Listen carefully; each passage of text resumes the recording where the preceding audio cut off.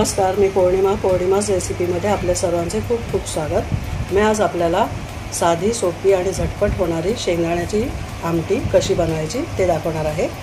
या शेंगदाण्याच्या आमटीला काही ठिकाणी शेंगदाण्याचे झिरकं असंही म्हणतात। माझी रेसिपी जर तुम्ही पहिल्यांदाच पाहत असाल तर माझ्या चॅनलला लाईक, शेअर, सबस्क्राईब करा, सोबतच बेलचे आयकॉनही प्रेस करा। चला तर मग आता आपण जास्त वेळ न घालवता रेसिपीला सुरुवात करूया। शेंगदाण्याची आमटी बनवण्यासाठी इथे मी 1 वाटी भरून शेंगदाणे घेतलेले आहेत। ते शेंगदाणे मी भाजून घेतलेत खरपूस असे। वाटण बनवण्यासाठी मी इथे 8-10 लसूण पाकळ्या घेतलेल्या आहेत, 10 ते 12 हिरव्या मिरच्या घेतल्या। त्यासोबतच मी इथे 1 चमचाभर जिरं घेतलं आहे, 1 छोटा चमचा भरून हळद घेतली आहे आणि थोडीशी कढीपत्त्याची पानं घेतलीत। आता पहिल्यांदा आपण हे वाटून घेऊयात। पहिल्यांदा मी शेंगदाण्याचा कूट करून घेते, बारीक असा पावडर एकदम करून घेते।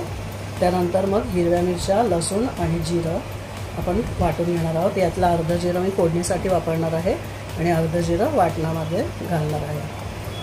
इथे आपले शेंगदाणे वाटून झाले, त्यासोबतच इथे लसूण आणि हिरवी मिरचीचं वाटणसुद्धा आपलं इथे करून झालं आहे। यामध्ये थोडंसं मी पाणी, 1 चमचावर मी पाणी घातलं होतं हिरवी मिरची आणि लसूण वाटून घेताना।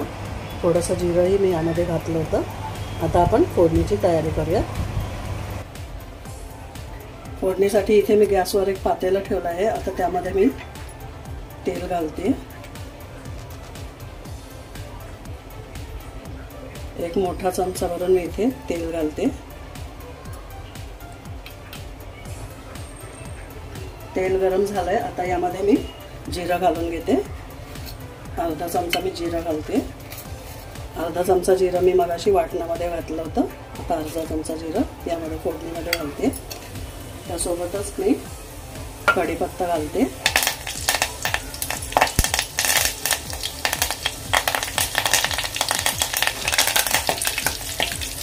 जिरा फुललाय, कढीपत्ताही आपला मस्त खरपूस असा फ्राय झालाय। आता यामध्ये मी वाटण घालते।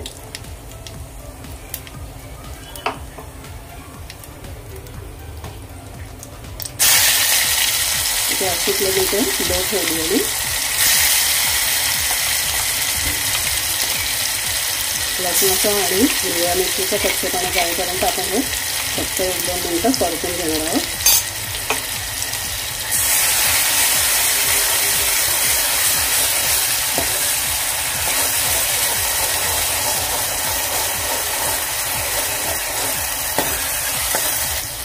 कच्चेपणा गेला लसूणाचा आणि हिरवी मिरचीचा। आता यामध्ये आपण शेंगदाण्याचा कूट घालून घेऊया, म्हणजे जे शेंगदाण्याची पावडर करून घेतली आपण एकदम बारीक, ती घालूया।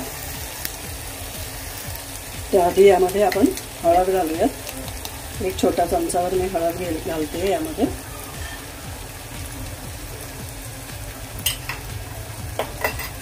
हळदही आपण फक्त 1-2 मिनिटं परतून घेऊया। आता आपण यामध्ये शेंगदाण्याचा कूट घालून घेऊया।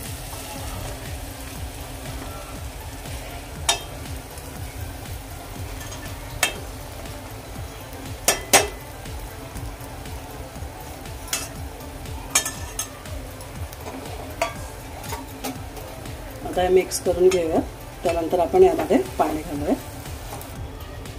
मिक्स करून झालं हे व्यवस्थित। आता मिक्सरच्या भांड्यामध्येच मी अर्धी वाटी पाणी घेतले, ते यामध्ये घालते।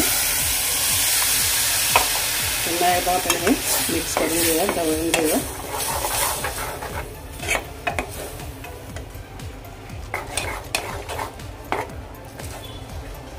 आता यामध्ये आपण आणखी 1 वाटी भरून पाणी घालूया।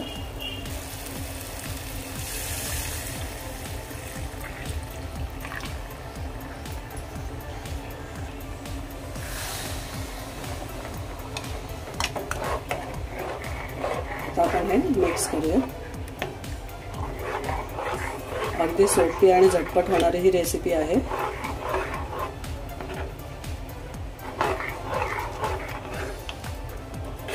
आणखी यामध्ये मला पाणी ॲड करावं लागेल, कारण खूपच घट्ट झाली आहे।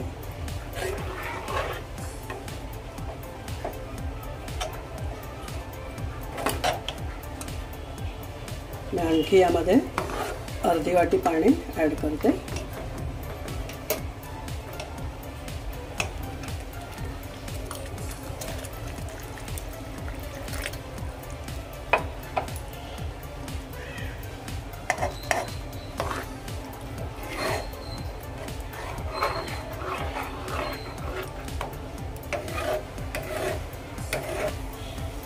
आता यामध्ये मी चवीनुसार मीठ घालते.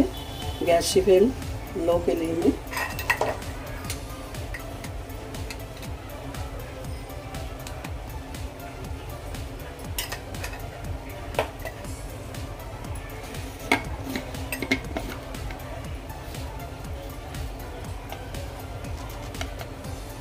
मी इथे अर्धा चमचा मीठ घालते.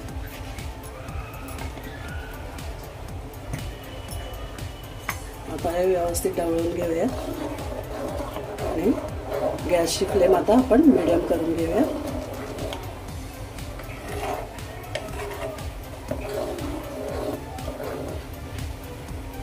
ही आमटी पटकन उतू जाते, त्यामुळे आपण गॅसच्या बाजूला जायचं नाही ही आमटी ठेवून.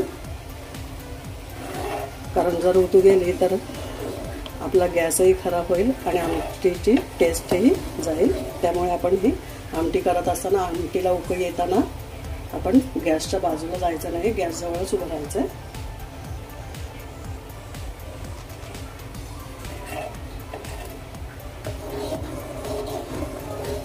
आता 1-2 मिनिटं आपण असंच ही उकळू देऊयात आमटी. त्यानंतर गॅस बंद करूया.